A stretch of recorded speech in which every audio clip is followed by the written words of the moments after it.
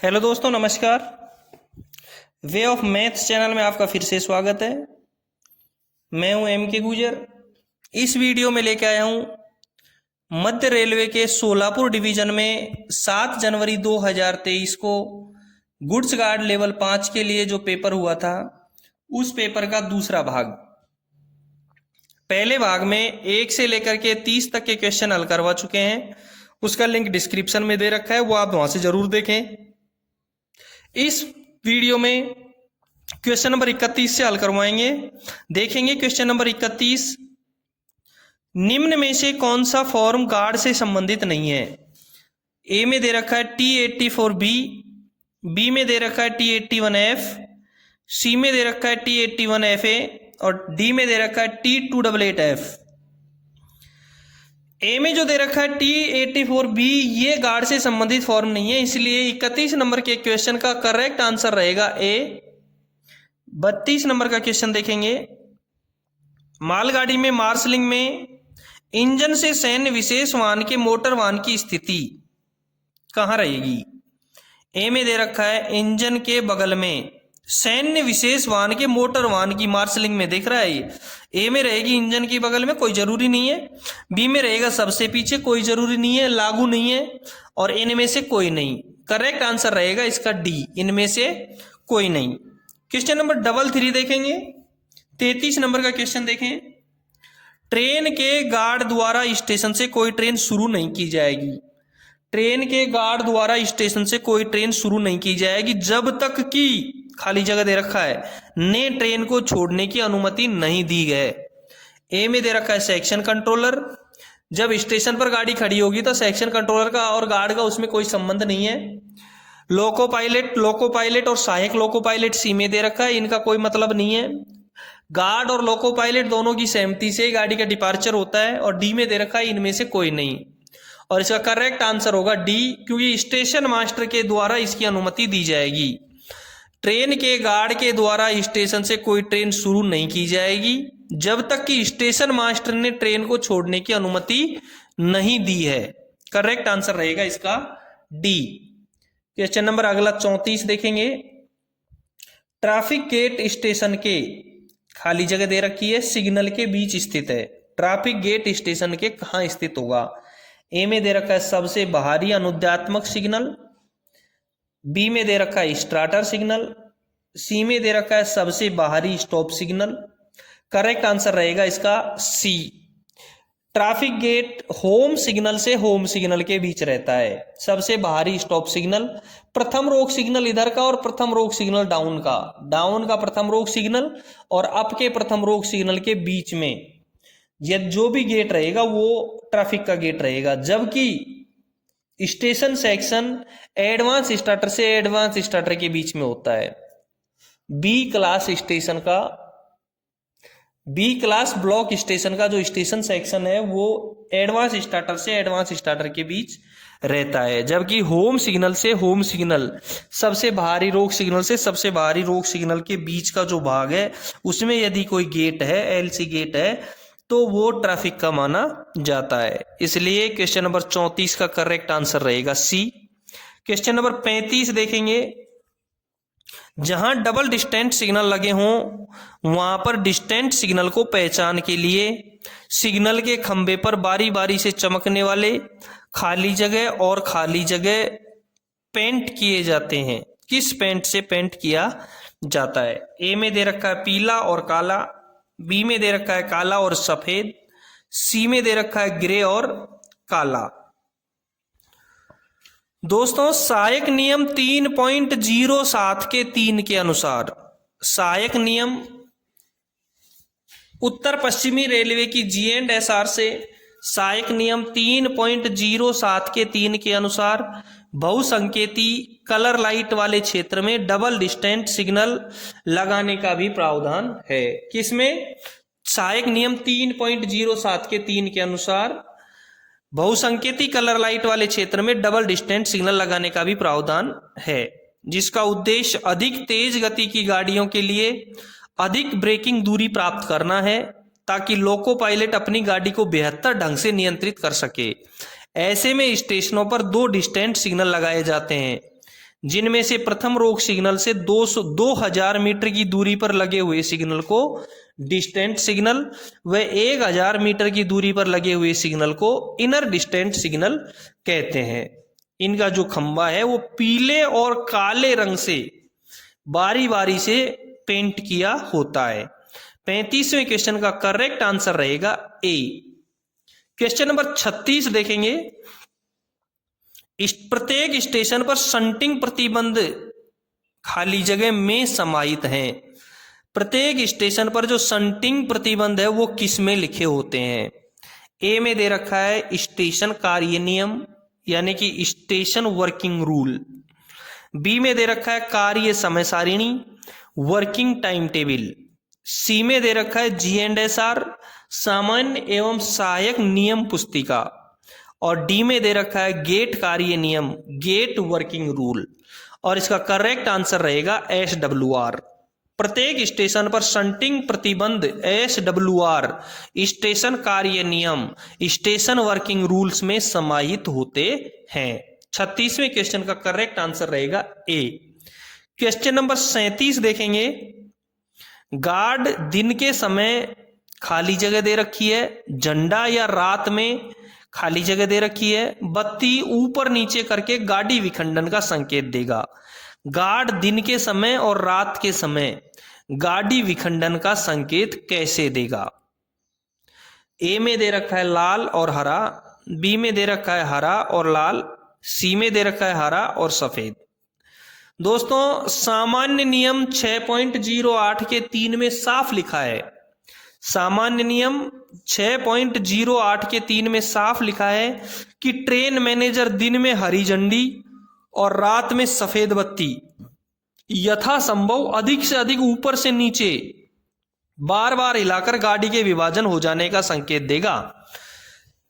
सामान्य नियम 6.08 के 3 में साफ लिखा है कि ट्रेन मैनेजर दिन में हरी झंडी और रात में सफेद बत्ती यथासंभव अधिक से अधिक ऊपर से नीचे बार बार हिलाकर गाड़ी के विभाजन हो जाने का संकेत देगा। 37 नंबर के क्वेश्चन का करेक्ट आंसर रहेगा सी। क्वेश्चन नंबर 38 देखेंगे। खाली जगह दे रखा है और लिख रखा है कि सूर्यास्त के बाद सामग्री ट्रेन के काम को अधिकृत करता है। कौन? ए में दे रखा है स्टेशन मास्टर, बी में दे रखा है अनुभाग नियंत्रक, सी में दे रखा है सीनियर डीओम और डी में दे रखा है DRM।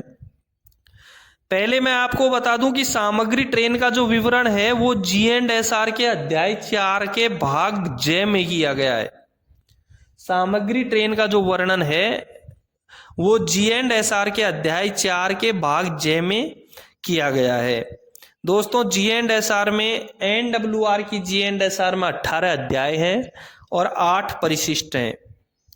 सहायक नियम 4.62 के 2 में सहायक नियम 4.62 के 2 में साफ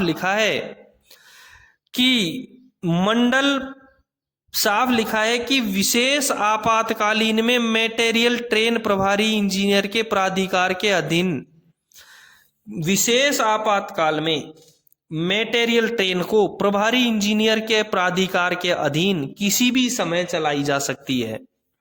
तो इसका करेक्ट आंसर रहेगा उसका प्रभारी इंजीनियर, सामग्री ट्रेन का प्रभारी इंजीनियर। 38वें क्वेश्चन का करेक्ट आंसर प्रभारी इंजीनियर रहेगा। क्वेश्चन नंबर 39 देखेंगे। T3691 T369 का 1 की प्राप्ति पर और वर्दीधारी पॉइंट्समैन द्वारा सिग्नल के नीचे सब ठीक है संकेत दिखाए जाने पर लोको पायलट सिग्नल को किस गति से पास करेगा?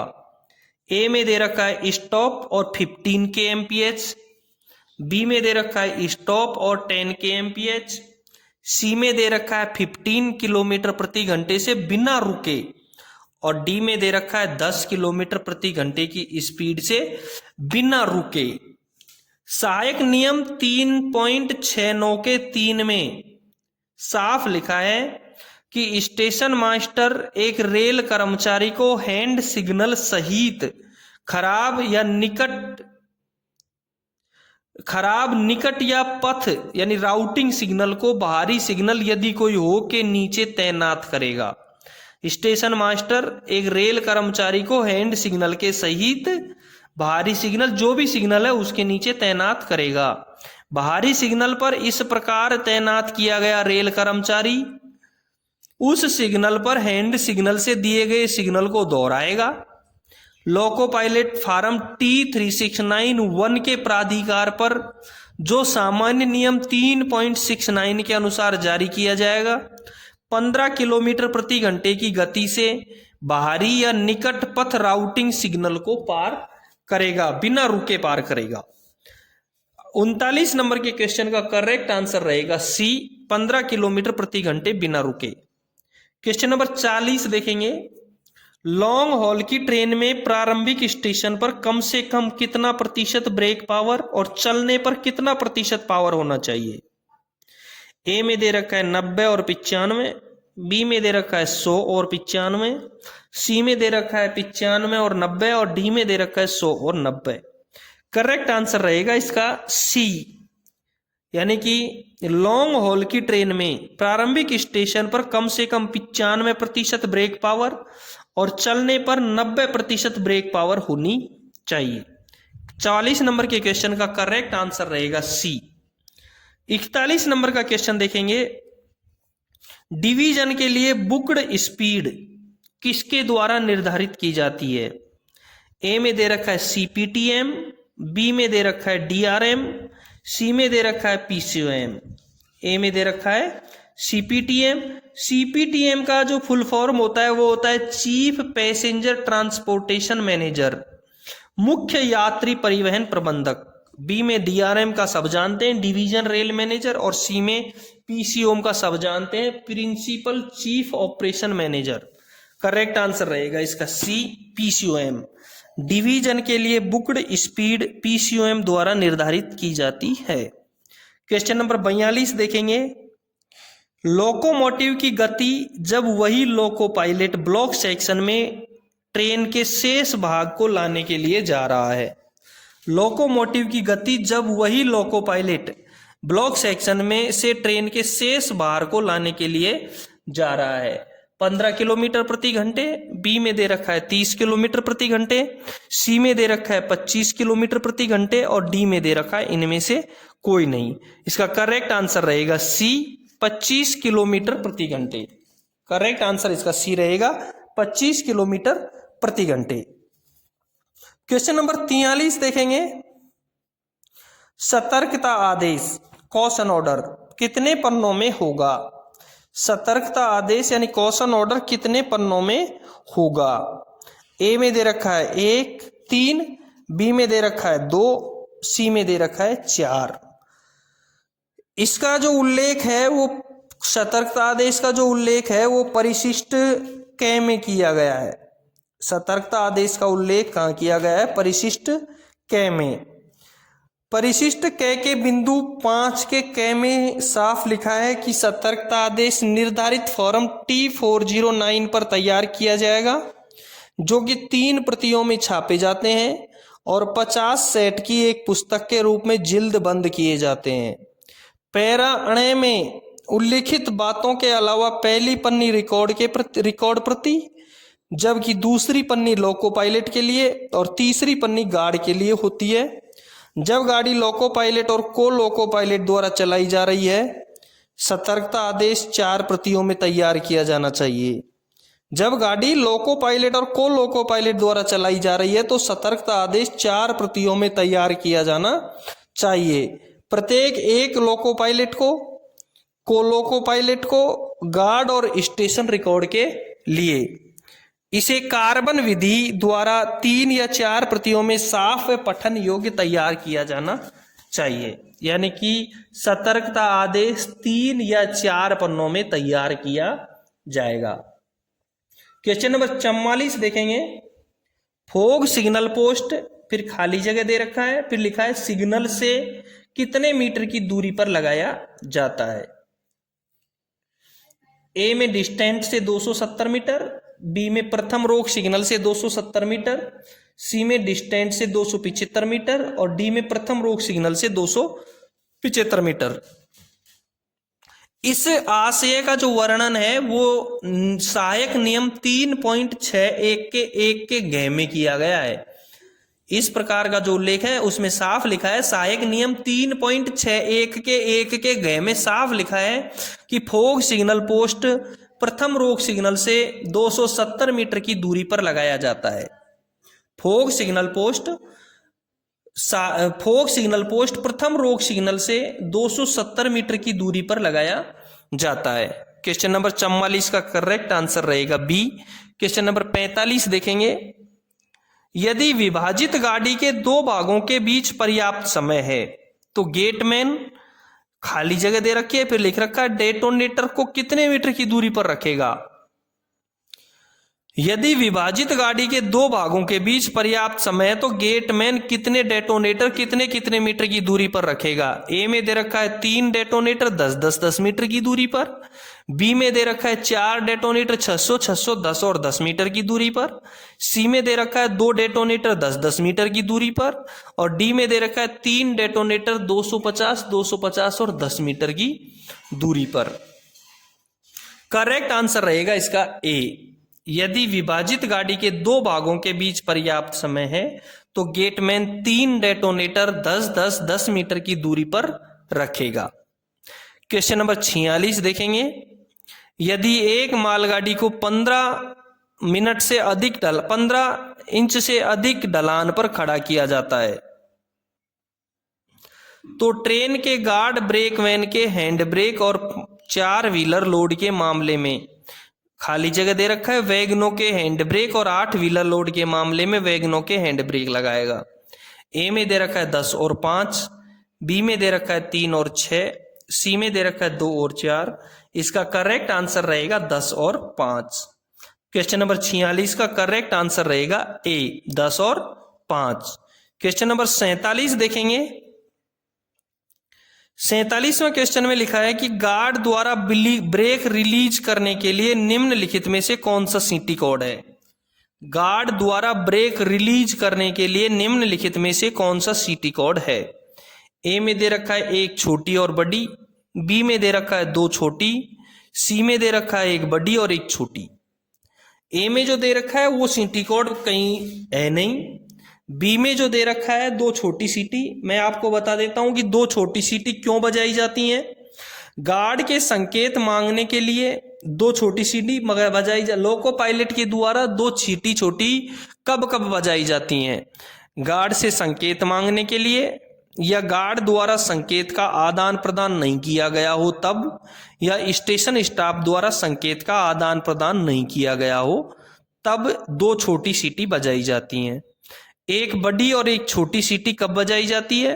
गार्ड ब्रेक रिलीज कर दे या स्टेशन अथवा सेक्शन के बीच में गाड़ी अथवा इंजन के प्रस्थान से पहले, या साइडिंग में बैंक होने के बाद मेन लाइन साफ है इसका संकेत देने के लिए बजाई जाती है।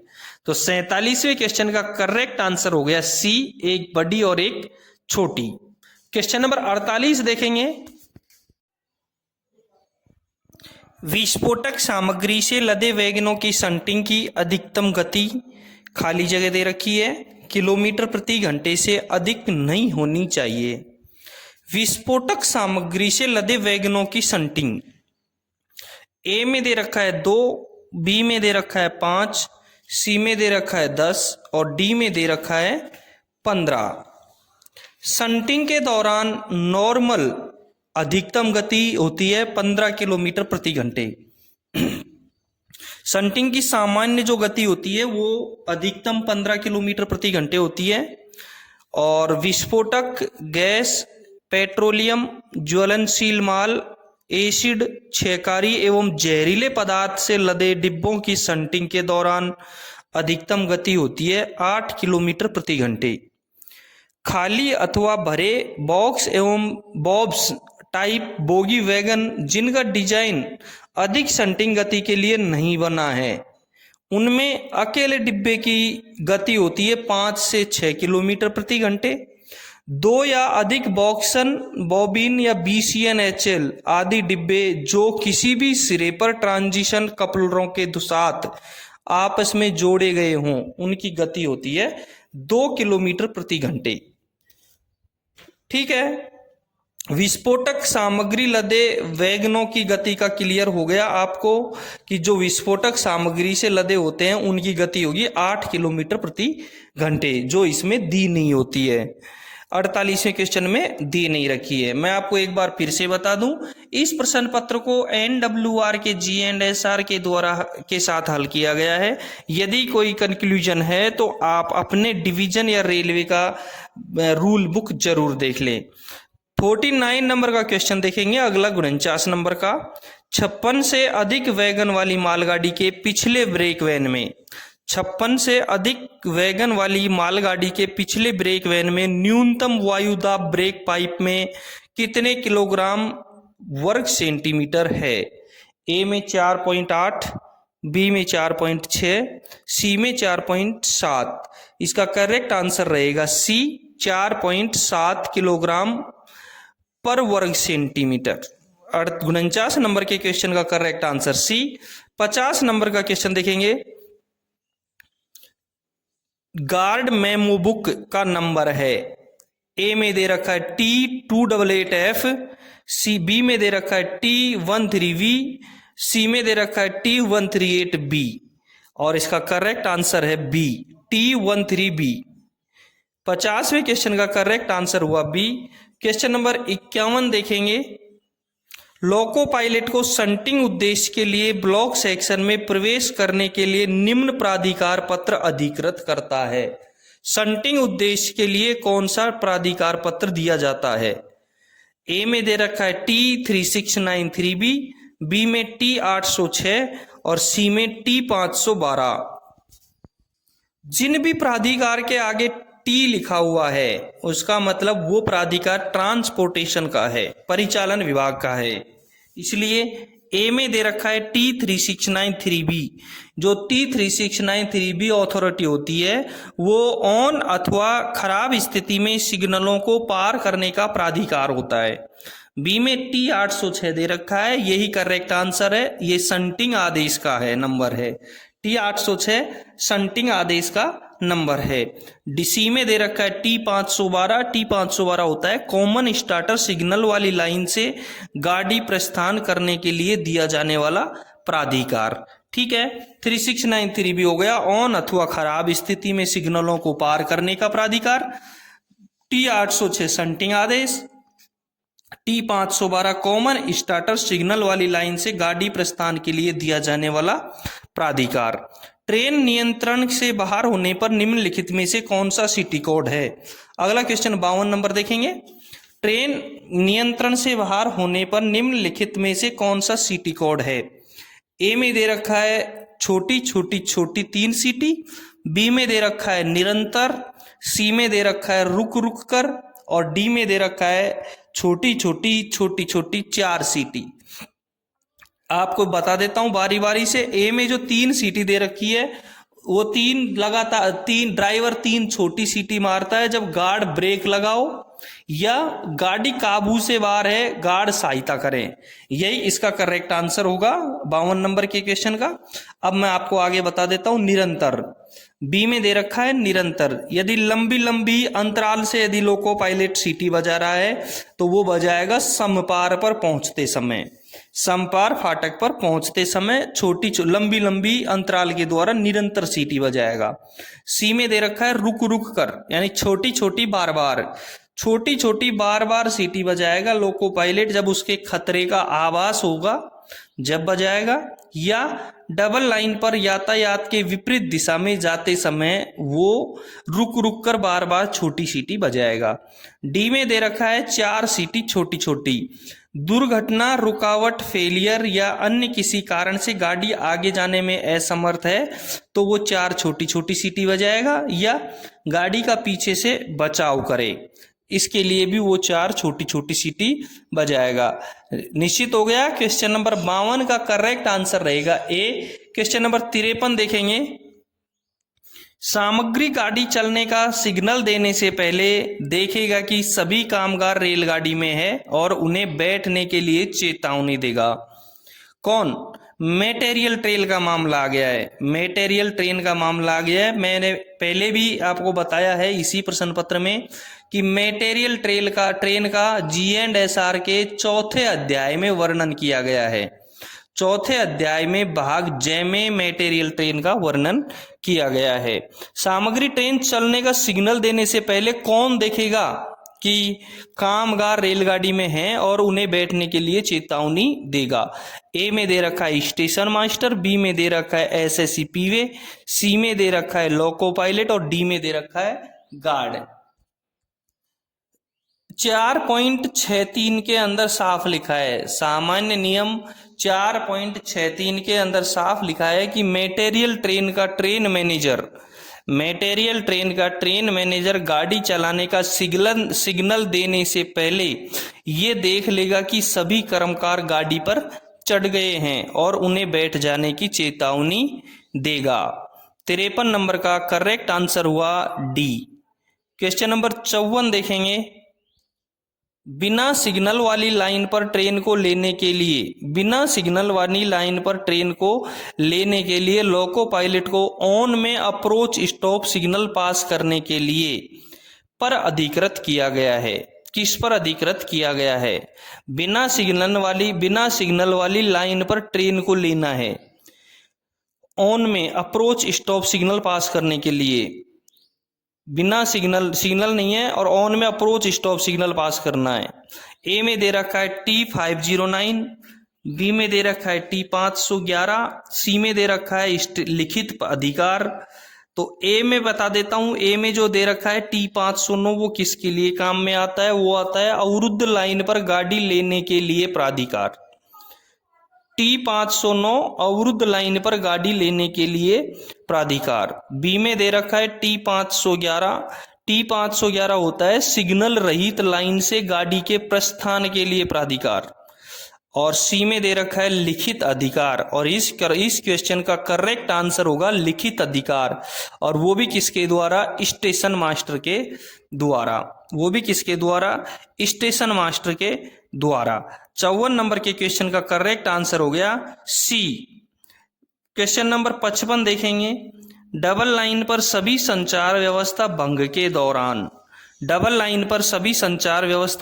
दौरान जब कोई ट्रेन दुर्घटना के कारण ब्लॉक सेक्शन में रुकती है तो रास्ते में ट्रेन से कितने मीटर की दूरी पर कितने डेटोनेटर, 2 खाली जगह दे रखी है, लगाकर गाड़ी का बचाव करना चाहिए? ए में 250 में 3 से डेटोनेटर, बी में दे रखा है 600 10 में 4 डेटोनेटर और सी में दे रखा है 90 10 में 3 डेटोनेटर। देखें, डबल लाइन पर सभी संचार व्यवस्था भंग के दौरान, डबल लाइन में सभी संचार व्यवस्था भंग के दौरान जब कोई ट्रेन दुर्घटना के कारण ब्लॉक सेक्शन में रुकती है तो गार्ड पटाखे लगाकर गाड़ी का बचाव करेगा।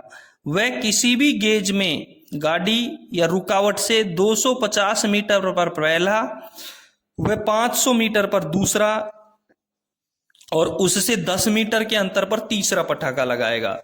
पहला 250 मीटर पर, दूसरा 500 मीटर पर, तीसरा उसके 10 मीटर के अंतर पर 3 पटाखे लगाएगा। इसमें करेक्ट आंसर हो गया डी, इनमें से कोई नहीं। एक और बता दूं मैं, यदि डबल लाइन पर सभी संचार व्यवस्था भंग है तो गाड़ी चलाने के लिए एक प्राधिकार दिया जाएगा, उसका नंबर होगा TC 602 और TC 602 डबल लाइन में पूर्ण संचार व्यवस्था भंग के दौरान जाने वाली गाड़ी को दिया जाने वाला प्राधिकार होता है। ठीक है, 55 नंबर का करेक्ट आंसर हो गया डी। क्वेश्चन नंबर 56 देखेंगे। मध्य रेलवे पर कोई श्रेणी का स्टेशन नहीं है। ए में दे रखा है A क्लास, बी में दे रखा है B क्लास, सी में दे रखा है C क्लास और डी में दे रखा है D क्लास। ये मध्य रेलवे में किस श्रेणी का स्टेशन नहीं है? ये आप अपना WTT जरूर देख लें, आपको वहीं से पता चलेगा इसका करेक्ट आंसर क्या होगा। ये कृपया आप अपना डिवीजन या रेलवे का G&SR या अपना WTT देखें, उसमें मिलेगा। वैसे मेरे हिसाब से A क्लास का स्टेशन मध्य रेलवे में नहीं है। 57 नंबर का क्वेश्चन देखेंगे। अगला खाली जगह दे रखी है, फिर लिख रखा है सिंगल लाइन पर सभी संचार व्यवस्था भंग में संचार खोलने जा रहे वाहन को जारी किया जाता है। यानी ऐसा कौन सा प्राधिकार है जो सिंगल लाइन पर सभी संचार व्यवस्था भंग में संचार खोलने जा रहे वाहन को जारी किया जाता है। ए में दे रखा है टीसी 602, बी में दे रखा है टीडी 602, सी में दे रखा है टीबी 602 और डी में दे रखा है टीए 602। मैं आपको सब बता देता हूं। टीसी 602 किसके लिए होता है? टीसी 602 होता है डबल लाइन में पूर्ण संचार व्यवस्था भंग के दौरान जाने वाली गाड़ी को दिया जाने वाला प्राधिकार। बी में जो दे रखा है टीडी 602, टीडी 602 होता है डबल लाइन पर अस्थायी सिंगल लाइन कार्य प्रणाली के दौरान दिया जाने वाला प्राधिकार। सी में टीबी 602 दे रखा है, टीबी 602 होता है सिंगल लाइन पूर्ण संचार व्यवस्था भंग के दौरान संचार व्यवस्था खोलने जाने वाले वाहन को दिया जाने वाला प्राधिकार। जो इस क्वेश्चन का करेक्ट आंसर होगा, 57वें क्वेश्चन का करेक्ट आंसर होगा सी। डी में दे रखा है टीए 602, टीए 602 होता है अवरुद्ध ब्लॉक सेक्शन में जाने वाले सहायता इंजन या गाड़ी को दिया जाने वाला प्राधिकार। पिछले वीडियो में मैंने टीए 602 को विस्तृत विवरण से समझा रखा है, कैसे भरना है, क्या क्या होते हैं इसमें, किस प्रकार से आप भरोगे, उसका लिंक मैंने डिस्क्रिप्शन में, प्रत्येक वीडियो के डिस्क्रिप्शन में दे रखा है। ठीक है, 57वें क्वेश्चन का करेक्ट आंसर हो गया सी। क्वेश्चन नंबर 58 देखेंगे। निम्नलिखित में से कौन सा रिमाइंडर सतर्कता आदेश है? रिमाइंडर सतर्कता आदेश ए में दे रखा है T409, बी में दे रखा है TB 409, सी में दे रखा है TA 409। ए में दे रखा है T 409, बी में TB 409, सी में TA 409 दे रखा है।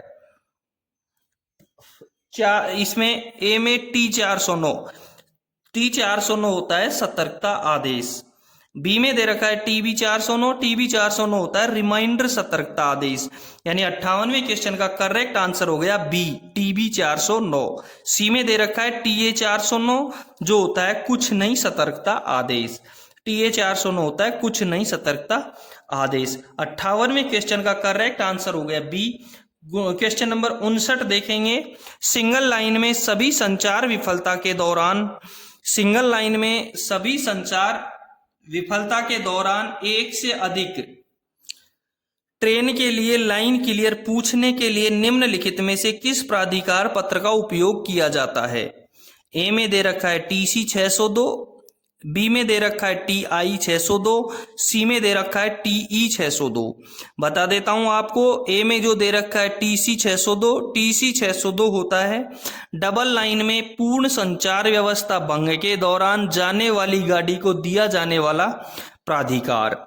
बी में दे रखा है TI 602 होता है संचार के किसी भी साधन द्वारा पुनः स्थापन के संबंध में स्टेशन मास्टर को दिया जाने वाला संदेश। सी में दे रखा है TE 602, वो होता है सिंगल लाइन में पूर्ण संचार व्यवस्था भंग के दौरान गाड़ियों के लाइन क्लियर हेतु लाइन क्लियर इंक्वायरी मैसेज।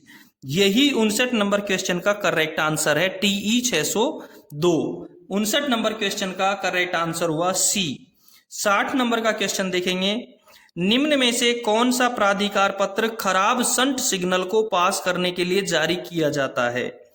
ए में दे रखा है T3693B, बी में दे रखा है ग्रीन हैंड सिग्नल, सी में दे रखा है लिखित मेमो और डी में दे रखा है कोई नहीं। T3693B जो ए में दे रखा है वो दिया जाता है ऑन अथवा खराब स्थिति में सिग्नलों को रोक सिग्नल को पास करने का प्राधिकार होता है। ग्रीन हैंड सिग्नल ये केवल ऑथोरिटी के साथ काम करता है। लिखित मेमो शंट सिग्नल खराब होने के लिए जारी नहीं किया जाता है और शंट सिग्नल खराब होने के लिए T806 ही जारी किया जाता है। T806 में साफ लिखा होता है कि यदि शंट सिग्नल खराब है तो PHS पॉइंट्समैन हैंड सिग्नल का प्रयोग करें। जैसा उसने दे रखा है उसी का पालन करना है आपको। पॉइंट्समैन हाथ से जो सिग्नल दिखाएगा उसका पालन करना है। दोस्तों ये था सेंट्रल रेलवे का सोलापुर डिवीजन का दूसरा पेपर का दूसरा भाग। एक इसमें क्वेश्चन नंबर 31 से लेकर के 60 तक हल करवा दिए। सोलापुर डिवीजन में गुड्स गार्ड का जो पेपर हुआ था 7 जनवरी 2023 का, 1 से लेकर के 30 तक का पहला भाग का लिंक डिस्क्रिप्शन में दे रखा है। 2 से लेकर के 30 तक का इसमें हल करवा दिया। आगे के क्वेश्चन अगले वीडियो में हल करवाएंगे। यदि आपने चैनल को सब्सक्राइब नहीं किया है तो एक बार चैनल को सब्सक्राइब जरूर कर दें। धन्यवाद।